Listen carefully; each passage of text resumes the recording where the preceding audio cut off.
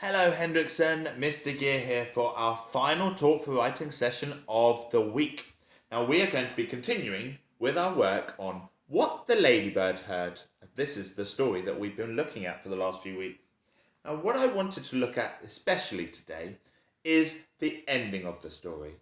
Let me remind you of what happens. So we've got the two robbers going through the farm. I will read it out to you. Here we go. And the dainty duck began to quack. The duck said, "Hugh, we're on the right track." "Oink, oink," said the cats. "There goes the hog. Be careful not to wake the dog."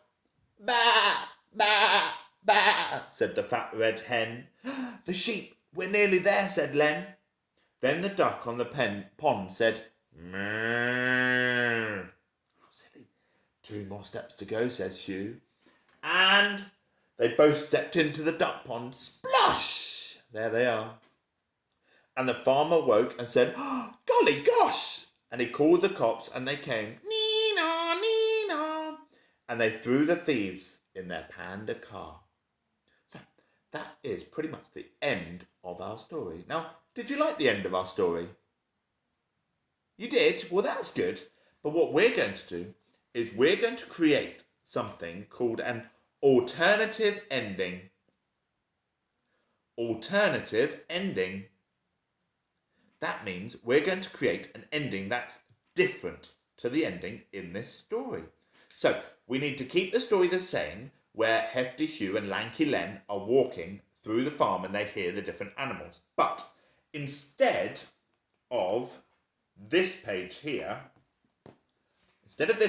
I would like to do a different page to go in here.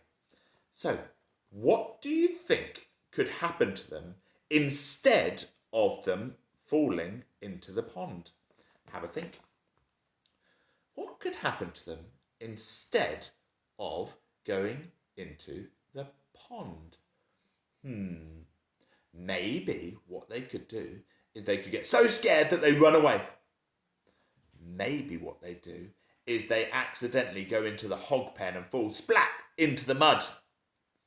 What do you think?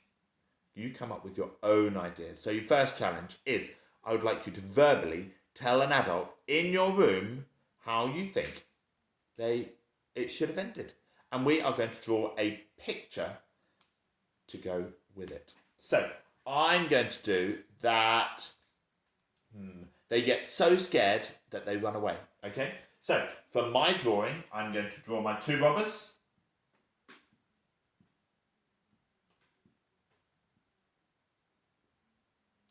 And he's not looking very happy, is he? And I'll draw the other one. There's the other one. There we go. And to show that they're running away, I'm going to do really fast lines like this. He's running away. Okay. And then what you could do, now don't forget to put the ground in as well. What you could do is draw their car. So you've got their van there with the big wheels. And they're going to start running away. There's the window. Okay, so they could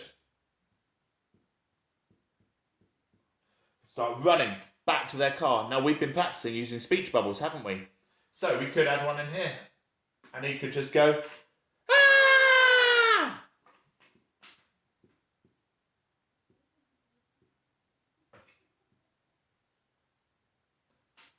Like that. So this is the ending for my story. They're going to get so scared that they run away. So this is what I'd like you to do. Number 1, can you draw a picture just like me and talk through what you think should happen at the end of the story? I'd like you to do a different one than what I did. Have a think. They could fall in the mud. They could do anything on the farm. Now, I'm going to have a competition to see who can make it the silliest. Because we like a silly story, don't we? Them falling in the pond's a bit silly, isn't it? So, let's see if we can come up with a silly ending to this story. Number 2, can you act out the ending that you've created? So, for example, when I'm doing it, I am going to go like this and I'm going to act out and I'm going to go, "Ah!" and run away just like that. And your third challenge is to add these speech bubbles into your drawing to show us what they might say. Now, don't forget to put this up on Tapestry. And parents, as always, please can you let us know how your child found this activity, as it'll help with our future planning. Good luck, and I look forward to seeing your silly, silly endings to this story on Tapestry.